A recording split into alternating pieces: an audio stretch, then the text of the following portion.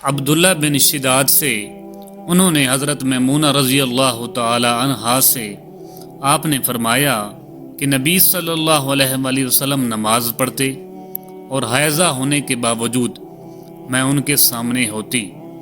اکثر جب آپ سجدہ کرتے تو آپ کا کپڑا مجھے چھو جاتا۔ انہوں نے کہا کہ آپ کھجور کے پتوں سے بنے ہوئی ایک چھوٹے سے مصلے پر نماز پڑھتے تھے۔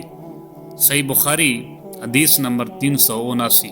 حضرت انس بن مالک رضی اللہ تعالی عنہ سے روایت ہے کہ ان کی نانی ملیکہ نے رسول اللہ صلی اللہ علیہ وآلہ وسلم کو کھانا تیار کر کے کھانے کے لیے بلایا۔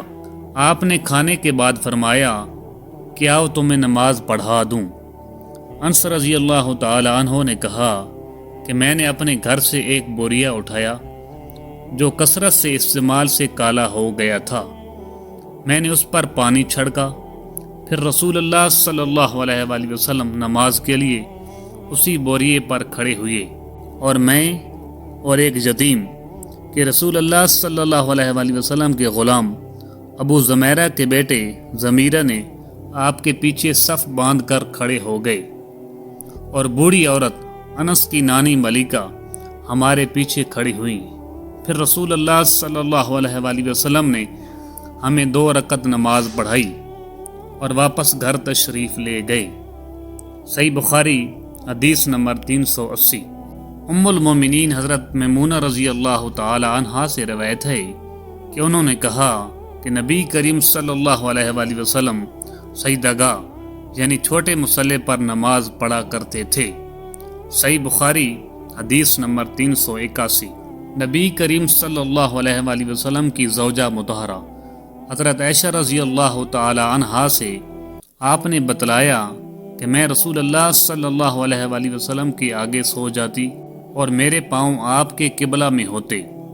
جب آپ سجدہ کرتے تو میرے پاؤں کو آہستہ سے دبا دیتے، میں اپنے پاؤں سمیٹ لیتی، اور جب آپ کھڑے ہو جاتے تو میں انہیں پھر پھیلا دیتی۔ ان دنوں گھروں میں چراغ بھی نہیں ہوا کرتے تھے۔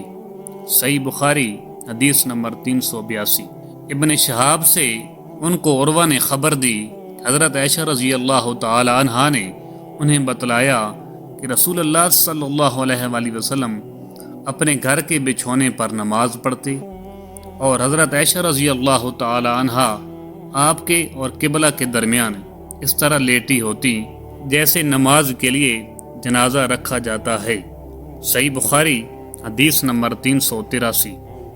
نبی کریم صلی اللہ علیہ وآلہ وسلم اس بچھونے پر نماز پڑھتے جس پر آپ اور حضرت عائشہ رضی اللہ تعالی عنہا سوتے، اور حضرت عائشہ رضی اللہ تعالی عنہا آپ کے اور قبلہ کے درمیان اس بستر پر لیٹی رہتی۔ صحیح بخاری حدیث نمبر 384۔ غالب قطان نے بکر بن عبداللہ کے واسطے سے بیان کیا، انہوں نے انس بن مالک رضی اللہ تعالی عنہ سے کہا کہ ہم نبی کریم صلی اللہ علیہ وآلہ وسلم کے ساتھ نماز پڑھتے تھے، پھر سخت گرمی کی وجہ سے کوئی ہم میں سے اپنے کپڑے کا کنارہ سجدے کی جگہ رکھ لیتا۔ صحیح بخاری حدیث نمبر 385۔ ابو مسلمہ سعید بن یزید ازدی نے بیان کیا، کہا کہ میں نے انس بن مالک رضی اللہ تعالی عنہ سے پوچھا کہ کیا نبی کریم صلی اللہ علیہ وآلہ وسلم اپنی جوتیاں پہن کر نماز پڑھتے تھے؟ تو انہوں نے فرمایا کہ ہاں۔ صحیح بخاری حدیث نمبر 386۔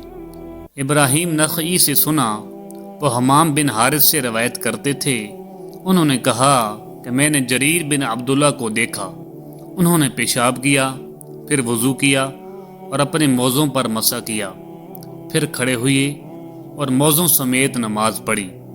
آپ سے جب اس کے متعلق پوچھا گیا تو فرمایا کہ میں نے نبی کریم صلی اللہ علیہ وآلہ وسلم کو ایسا ہی کرتے دیکھا ہے۔ ابراہیم نخعی نے کہا یہ حدیث لوگوں کی نظر میں بہت پسندیدہ تھی، کیونکہ جریر رضی اللہ تعالی عنہ آخر میں اسلام لائے تھے۔ صحیح بخاری حدیث نمبر 387۔ مسلم بن سبی سے انہوں نے مسروق بن اجدہ سے، انہوں نے مغیرہ بن شعبہ سے، انہوں نے کہا کہ میں نے نبی کریم صلی اللہ علیہ وآلہ وسلم کو وضو کرایا، آپ نے اپنے موزوں پر مسح کیا اور نماز پڑھی۔ صحیح بخاری حدیث نمبر 388۔ ابو وائل شقیق بن سلمہ سے وہ حذیفہ رضی اللہ تعالی عنہ سے کہ انہوں نے ایک شخص کو دیکھا جو رکوع اور سجدہ پوری طرح نہیں کرتا تھا۔ جب اس نے اپنی نماز پوری کر لی تو حذیفہ رضی اللہ تعالی عنہ نے فرمایا کہ تم نے نماز ہی نہیں پڑھی۔ ابو وائل راوی نے کہا، میں خیال کرتا ہوں کہ حضرت حذیفہ رضی اللہ تعالی عنہ نے یہ بھی فرمایا کہ اگر تو ایسے ہی نماز پر مر جاتا تو حضرت صلی اللہ علیہ وآلہ وسلم کی سنت پر نہیں مرتا۔ صحیح بخاری حدیث نمبر 399۔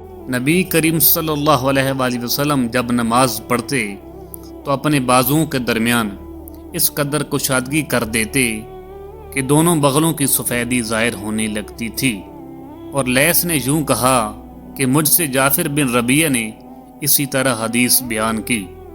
صحیح بخاری حدیث نمبر 390۔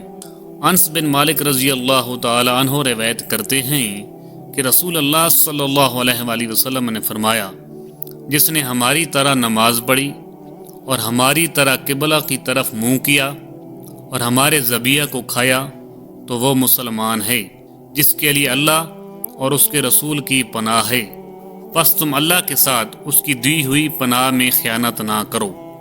صحیح بخاری حدیث نمبر 391۔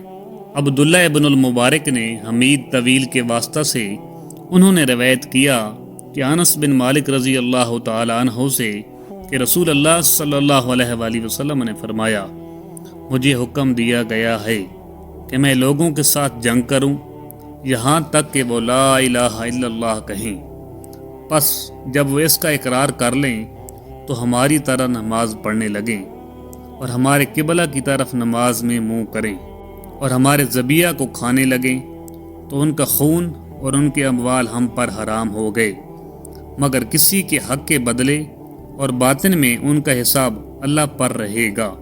صحیح بخاری حدیث نمبر 392۔